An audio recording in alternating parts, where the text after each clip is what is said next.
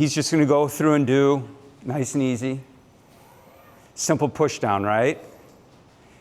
Nothing magical about that, nothing wizardry about that. But if you start doing forces and start changing that and have a heart eccentric, whether it's coming back fast or slow, it starts to change. So that's only at 5 kilos, right? So if we want to get crazy, that's my carnival song of the day. I wrote it this morning. Go ahead and go. Different, right? What we do know about the bicep femoris is it doesn't like high force. So if I want to get crazy and I'm going to set the setting at 0.3 meters a second, that's not a great exercise for that muscle. Because he is about, can I get from here to here and reverse it back around? That's all I do for a living. I got to stop it, actually everything stops it, reverse it, and come back down. For speed, whether you're accelerating or top end speed, the faster you get from here to here, the faster you're going to go. Was that different when you turned your foot out? Easier or harder? So now the one that does actually work pretty well is I'm going to tip in a little bit. I'm going to go to 11 o'clock and pull down. And that's semi-membranosus. I'm just applying what I showed you up on the screen to here. But again, this is a good early season general strength setting. I like 0.2.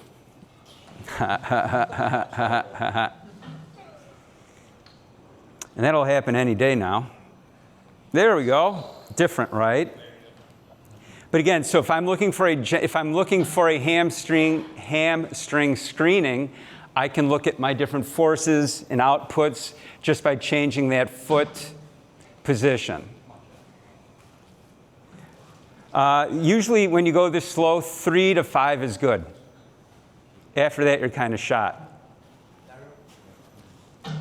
3 to 5 reps, Chris? 3 to 5 reps.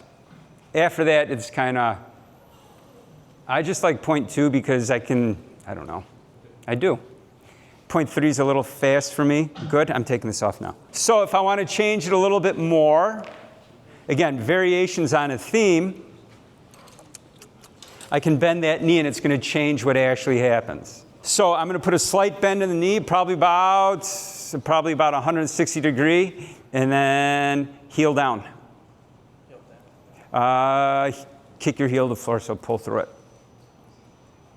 Is it different with your knee bent? Yes. Yes. Spuds makes really good ankle straps. They're bigger than that, so you can get a bigger foot in there, because for some reason everyone's got minimum size 12 feet these days. Again, it's a variation. You change the angle of that ankle, it's going to change the recruitment in the system. This is my next point. You can block up the torso, right? So that's going to change again because you're going to get a bigger angle. And what's all the hamstring research show? Well, usually that torso is bent. We're in a bad torso position. That's where we're getting dinged with our hamstring. And then, so Jack, now it's going to be real fun. So I want you to take this shoulder up off the ground. So in a rotation standpoint, this is usually where you're getting the in-air hamstring issues, is when you are rotated, because a good sprinter is going to be here, or a good runner, they're going to be here. There's going to be rotation in the torso, and that's the air, because you have the conversation like, did you feel it pop when it was in the air? Did you feel it when you hit the ground? Where was it? And this is a good percentage of them. So I want to make sure that I've made the fascial train as long as possible. Is that completely different? Yes. A lot harder, yes. Right? But if your job is on the line and someone comes and says, why are we having so many hamstring problems? How many people know that conversation, or you fear that conversation, or is that just football? Yes, everyone's terrified of a hamstring injury because nobody really knows what to do at that point.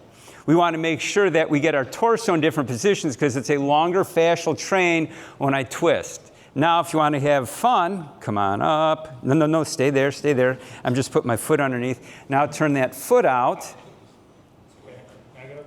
Go. Is that completely different? Yes. Yes. So every time that we're changing the torso to the hamstring and then we can change ankle, you're changing a different fascial contraction and a different length of what that hamstring has to do. So it's pre-season. Why not do 2 reps here, 2 reps here, 2 reps here, and be done with it and move on? Because I think what I have found that usually 1 or 2 sets is plenty at that slow setting. But again, this is early season stuff. For me, it's January where I can't go run on the street in my driveway because it's 20 below. So I'm stuck in the basement. So this last year, my wife had both her knees replaced. And so I got all kinds of cool stuff at home, like a walker and crutches. And I found out that one man's garbage is another man's treasure, because I took the walker and the crutches downstairs and I started playing with the crutches. So what I wanted to do, my problem is this. Again, sticking with the hamstring theme, I want to know how well your thigh cycles through the hip joint. Because when you run, whatever sport you're playing, the only thing that's on the ground is your foot from here, and your foot becomes a fulcrum, and it's got to bring that hip in front of your knee. That's the only thing that happens when we run. Everything else is just preparing for that moment. I started playing with this, and so what I thought was to put more pressure on the hamstring, I want to create a fulcrum situation. So what I started doing is I used my wife's crutch to block my hip, okay? I'm going to kind of demonstrate first. I'm going to put you in it, okay? A little dangerous, but it's in my basement. I don't care. And so I used the crutch as kind of a fulcrum. And what I wanted to see happen was, can you swing your leg through? Because that's what happens when we sprint, right? How many people agree with me that's what happens when we sprint? You know, really cool research coming out of China. They're obsessed with speed. They keep hiring all these American coaches to go over. And they built a 60-meter force plate scenario like the Japanese have, but took American actual track coaches rather than researchers to do stuff. And they're coming out with some really cool stuff. And a lot of it has to do with this leg on the ground. 90% of what happens is pushing back. We spent 90% of our time working on the 10%, which is this force into the ground type thing. So anyway, my point was this. I'm going to block up here. That way I have to go through my range of motion in my hip. Really good sprinters, really good athletes, here, let me block it up this way, can sit here either under force or velocity, and they can keep everything up top nice and quiet and not use a lot of pressure to hang on and grab and swing that leg through a range of motion. Average runners have drama, which is I'm moving all over the place, my torso isn't strong enough to transfer through. They grab, so they're going to try to grab and help pull their way through, find all different kinds of ways to try to get that to happen. So when I block it up like this and I keep my foot straight, you guys didn't think there'd be a quiz, but what's working here? If my foot is straight and I'm pulling through. You got 3 choices. I can't make it up 50-50.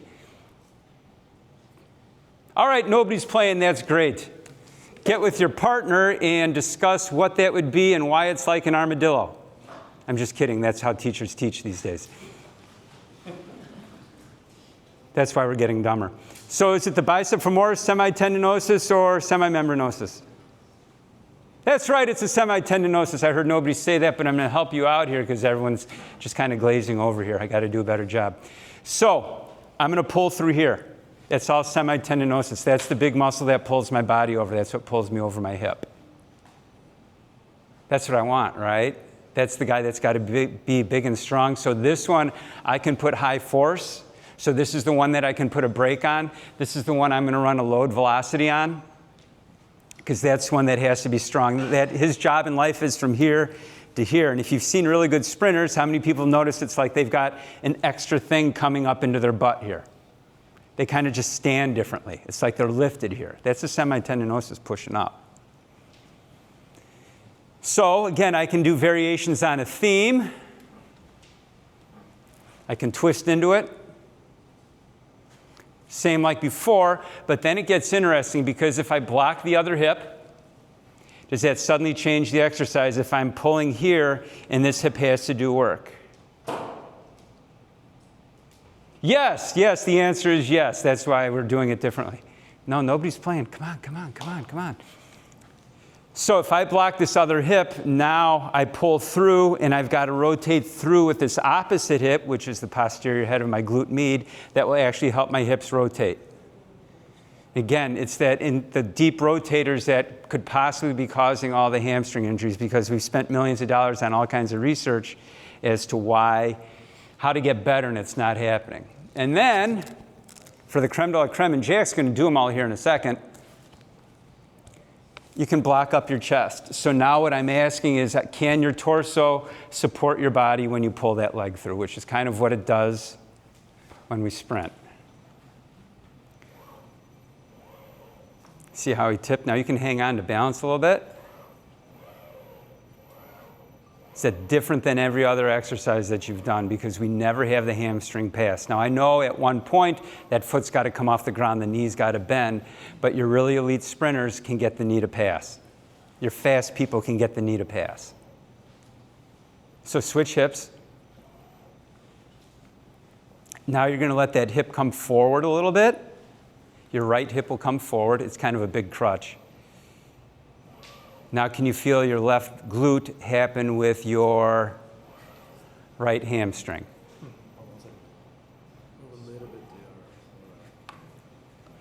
And so that in that Springbuk data, that was the other thing. So of the leg that was on the contra leg was glute max and internal rotators of the leg opposite that got injured. Different, right? So you can feel both working because I think when we train one leg. When we do unilateral, we forget that there's all this stuff that has to happen in here to make our body actually go. Because that's what proximal to distal is. Proximal to distal means I got to recruit from here to bring that leg through. Jack, is that different up on top? Could you feel a lot more core engaged? But you can feel it working with that hamstring. Now, if you want to be crazy, change your foot around. Turn your foot out.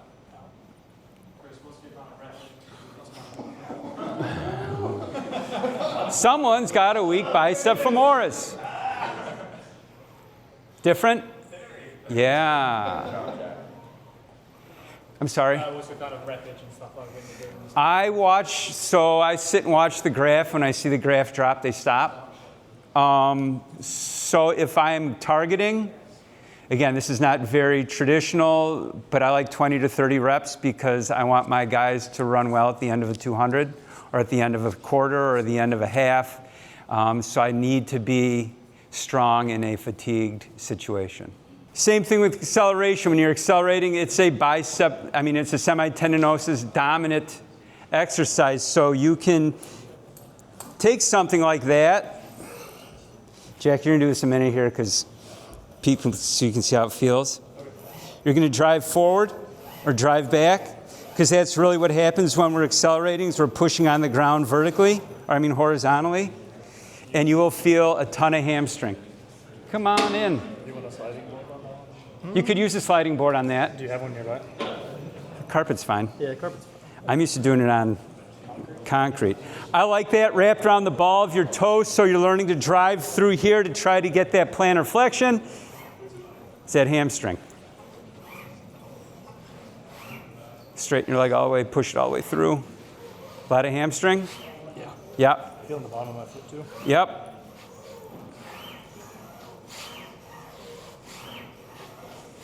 So, pause. If I want to change that exercise, what's the main hip mover when you accelerate? It's the posterior head of your glute med. It's not your glute max that holds your torso up. So what I want you to do, Jack, is I want you to just take that foot and turn it out and shove it back.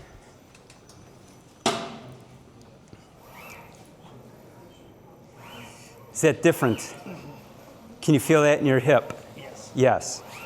So variations on the theme, you change your foot, you change the exercise. It now becomes a glute med working with your hamstring. So we're getting deep hip muscles, proximal to distal. Flip, face the other way. We're leaving out semi-membranosus. And what does he do for a living? He gets your foot from here to here. I know there's a recoil that happens to help bring that foot up. I know that's a thing. But I also want to make sure that I'm dealing with every head so we're pretty sound, and plus this helps pretty well. So you can do a normal hip flexion. Go ahead, pull your leg through, just pull your foot forward, very good. Okay, so now what I want, is that too heavy or is that good? Okay, so what I want you to do is when you pull through, I want you to turn your internally rotate your foot and bring the top of your foot into the back of your knee. Okay. You got to hook yourself, so you're going to try to hook the top of your foot to right there. And you want me to stop on I want you to stop. You're going to, it's like a tail hook. Is that a lot of hamstring on the inside? Yeah. Yes?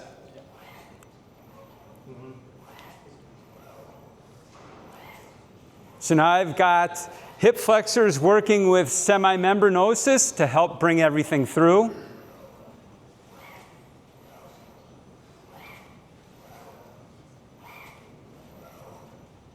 Hamstring, right? here? Yep, that's what I want. And so if we're going to go all the way through that range of motion and get everyone that's pulling us forward, go ahead, face the machine for a second.